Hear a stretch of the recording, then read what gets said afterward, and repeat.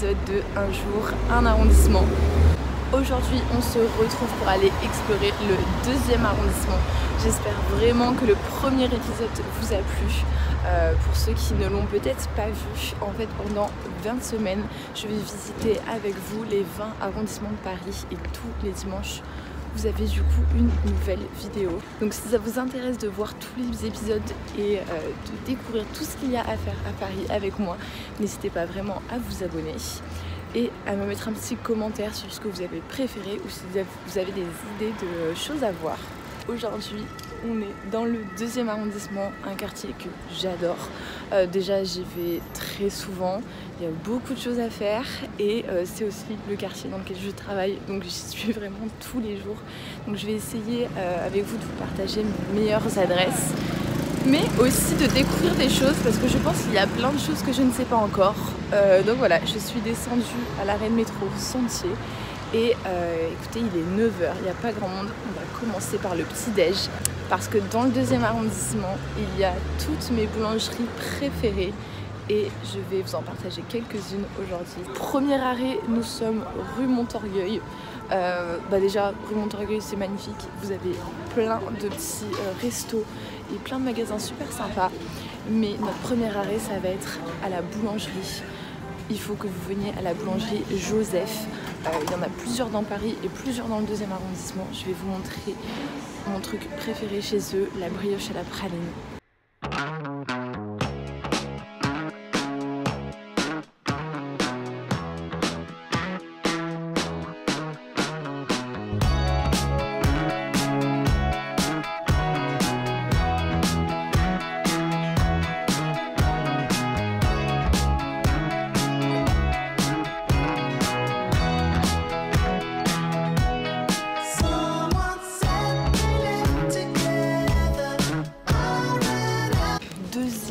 Stop du jour, je vous emmène dans la plus ancienne boulangerie-pâtisserie de Paris qui se situe rue Montorgueil.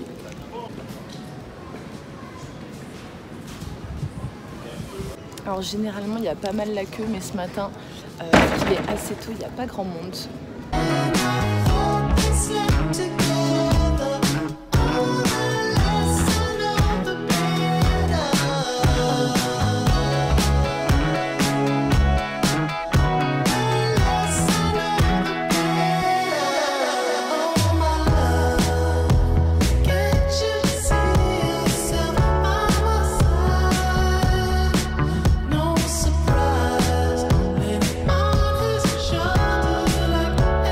Maintenant, on va vous faire une petite dégustation de ce qu'on a pris. On a pris un kouign-amann et du coup la petite brioche aux pralines. Vous allez voir, c'est juste trop bon. Si vous voulez le nom des boulangeries, c'est Joseph. Là, vous avez toutes les petites adresses. Nous, on a les celles de la rue des Petits Carreaux et du coup, Storer. Je ne sais pas vraiment comment ça se prononce.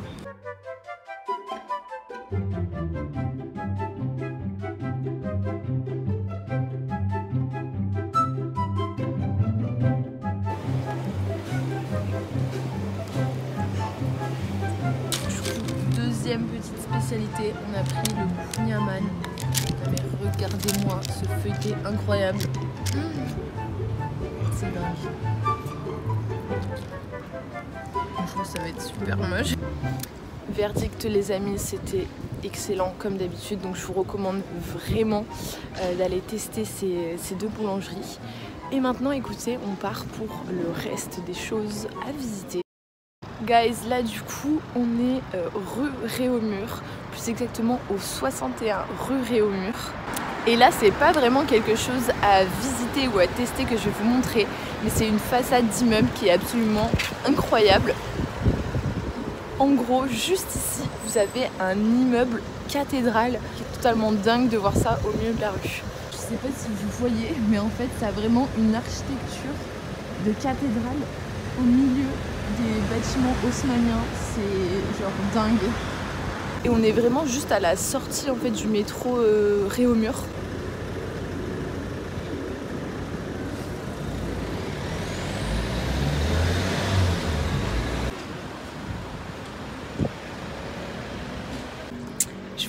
disais dans le vlog précédent, mais dans le 2e arrondissement, il y a plein de passages, de petits passages couverts et de petites galeries.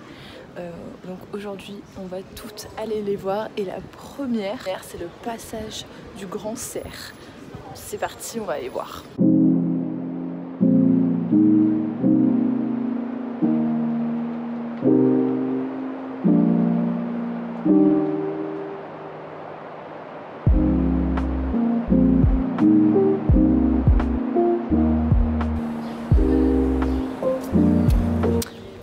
On s'est un petit peu renseigné quand même sur l'origine des passages et pourquoi il y en a autant à Paris.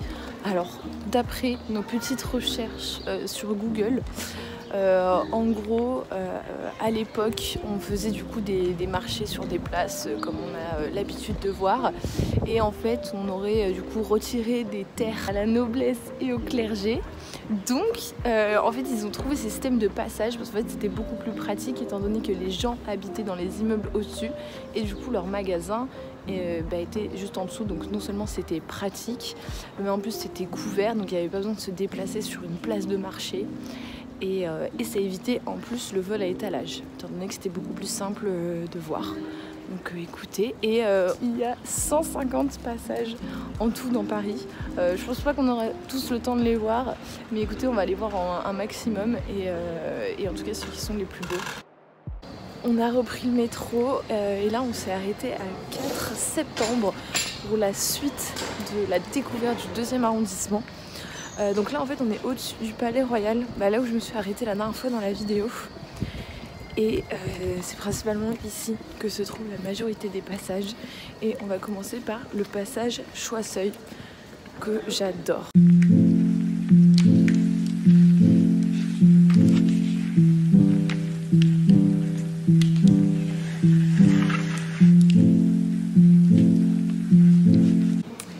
Première adresse à vous partager dans ce passage, c'est une adresse de bubble tea, hyper connue mais hyper bonne. C'est l'Alizé. Vraiment, je vous recommande si vous aimez le bubble tea. Bon, à l'intérieur, c'est vraiment hyper simple. D'ailleurs, là, c'est fermé. Mais c'est vraiment tellement bon. Donc vraiment, je vous recommande d'y aller.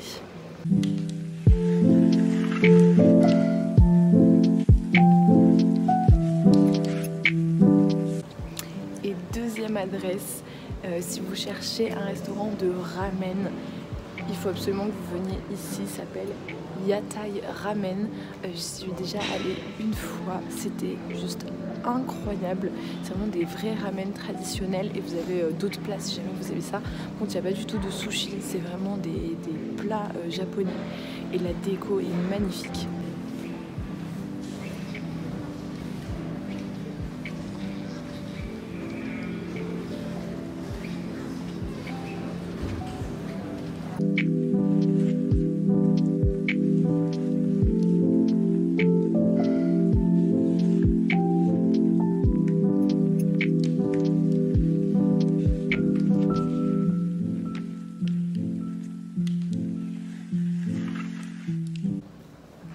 De rentrer dans un endroit absolument somptueux.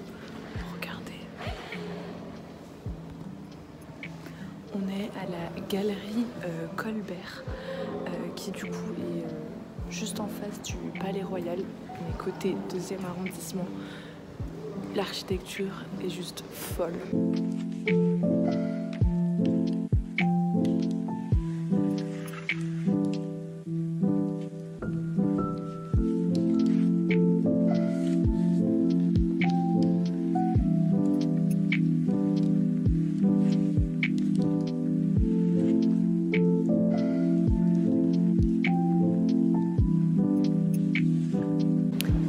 On vient de découvrir, parce que vous voyez derrière il y a des salles de cours dans la galerie et en fait c'est l'Institut national de l'histoire de l'art et tous les étudiants qui sont à la Sorbonne notamment font cours ici, enfin ceux qui sont dans des cursus histoire de l'art.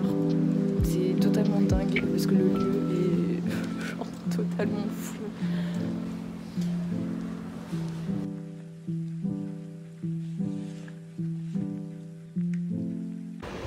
Et ensuite, juste à côté de la galerie Colbert, dont on sort, vous avez la galerie Vivienne, et la plus magnifique de toutes. On va rentrer dedans, je vais vous montrer.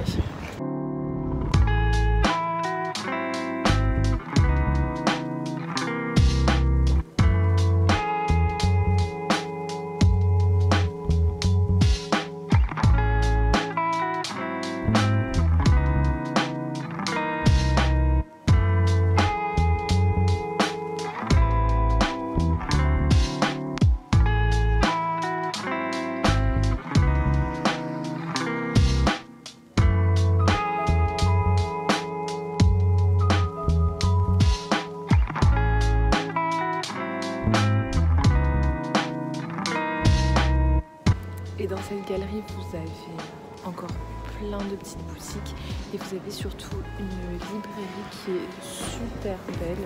Vraiment une librairie hyper ancienne avec plein de livres.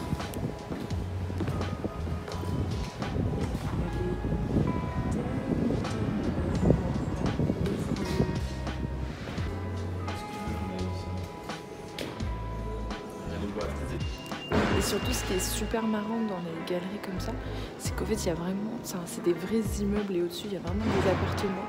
Et du coup, on peut voir les escaliers.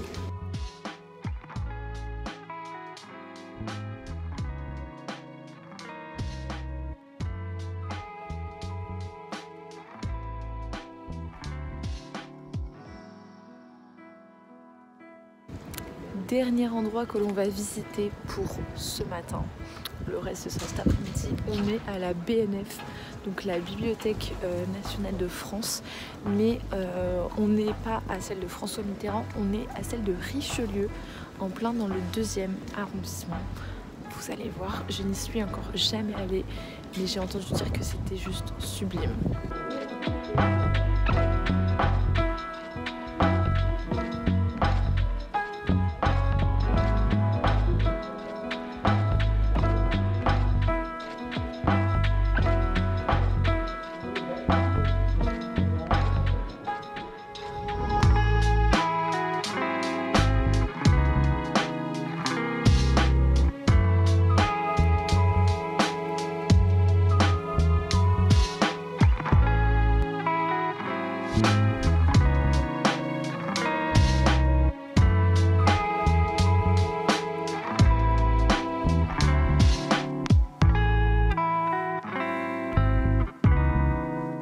Maintenant, je suis un peu plus loin dans le 2e. Je suis entre Bourse et Grand Boulevard. Et on va aller découvrir un des derniers passages qu'on a à voir aujourd'hui, qui est le passage des panoramas, qui est très grand. Je suis assez déçue parce que juste à côté, il y avait un autre passage qui est le passage des Princes, mais il est totalement fermé pour travaux. Du coup, j'étais assez déçue.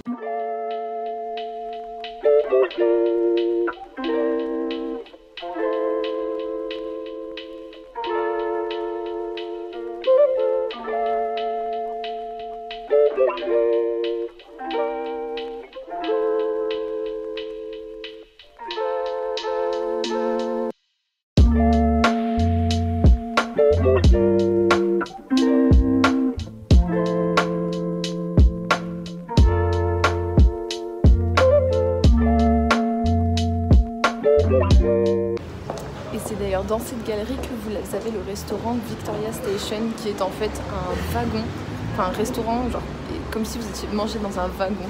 Bon, j'y suis jamais allée, je sais pas quoi vous dire là-dessus. Si jamais vous y êtes déjà allé, dites-moi si c'est bien ou pas. Et quand vous sortez en fait, que vous arrivez du coup sur Grand Boulevard, en face vous avez la continuité du passage.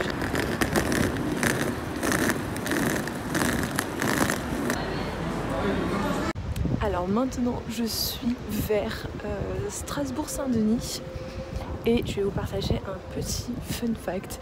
C'est ici que se trouve la plus petite rue de Paris. Alors pas la plus étroite, la plus petite, donc vraiment la plus courte. Et vous allez voir, c'est vraiment ridicule. Je vais juste vous partager ça parce que je passe devant et c'est un fun fact. Mais c'est exactement ici, c'est ces escaliers. Alors vous allez me dire c'est pas du tout une rue. Mais ici, en fait, je vous assure, c'est la rue des Degrés et c'est la plus petite rue de Paris. Regardez, c'est vraiment...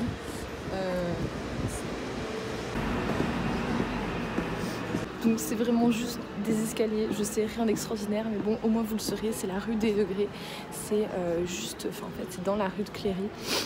Donc voilà, si jamais vous voulez venir voir dans d'autres épisodes, je vais vous montrer aussi la rue la plus étroite, la rue la plus ancienne de Paris, voilà. Mais en tout cas, la rue la plus courte de Paris est dans le 2e, voilà. Vous aurez peut-être appris quelque chose aujourd'hui. Et maintenant, l'endroit que j'ai à vous présenter, parce que je vous ai dit, bien sûr, on va visiter, voir plein de monuments ensemble, mais je vous partage aussi mes bonnes adresses. Et là, on va aller tester un brunch pour ce midi qui s'appelle Maison Constantine. Alors, je ne l'ai jamais testé, c'est une première fois, je crois qu'il a ouvert il n'y a pas très longtemps, mais de ce que j'ai vu et entendu, ça a l'air juste dingue. Donc, on va aller voir ça.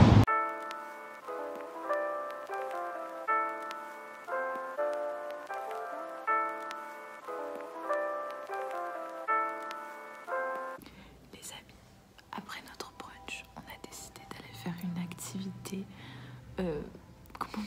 manuelle, une activité créative. Alors du coup, juste en face du brunch, il y a un endroit qui s'appelle Mazette. Et du coup, là, ça y est, on a payé pour faire 1 heure d'activité. Et notre activité, c'est peinture, peinture sur tote bag. On est en train de faire un carnage. C'est une angoisse. En plus, faut qu'on se bouge le cul parce que c'est 15 € l'heure et nous on veut pas dépasser 1 heure.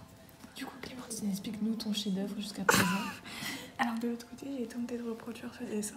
Vous vous doutez bien que ça ressemble à tout sauf à ça. Et là, j'essaie de faire un bubble tea. Voilà, là, on s'est lancé sur un tote bag bubble tea. Donc là, c'est la première étape, c'est le dessin. Et ensuite, on va peindre tout ça. Écoutez, je sais pas si j'ai foi en notre création. Alors, moi, pas du tout. Je n'y crois pas, vraiment pas. On a un petit format, c'est un peu de bouteille chacune. Et l'autre, elle est noire. Tu as dit que nettoyer le matériel.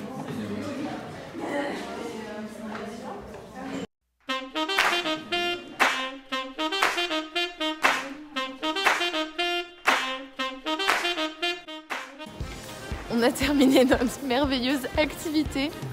Regardez nos créations.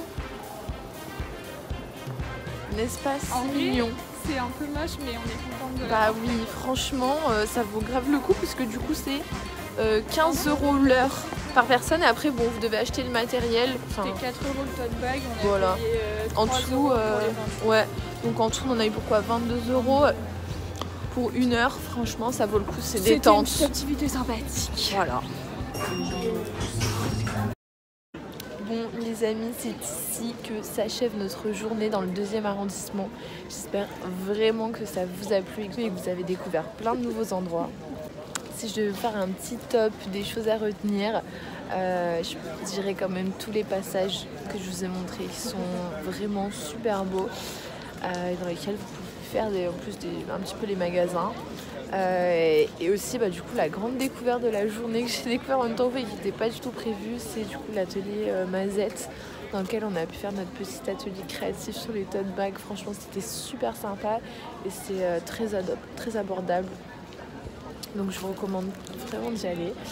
Donc n'hésitez pas à me dire en commentaire si ça vous a plu et à vous abonner pour ne pas louper les prochaines vidéos, et on se retrouve dimanche prochain pour l'épisode numéro 3 à la découverte du 3e arrondissement de Paris.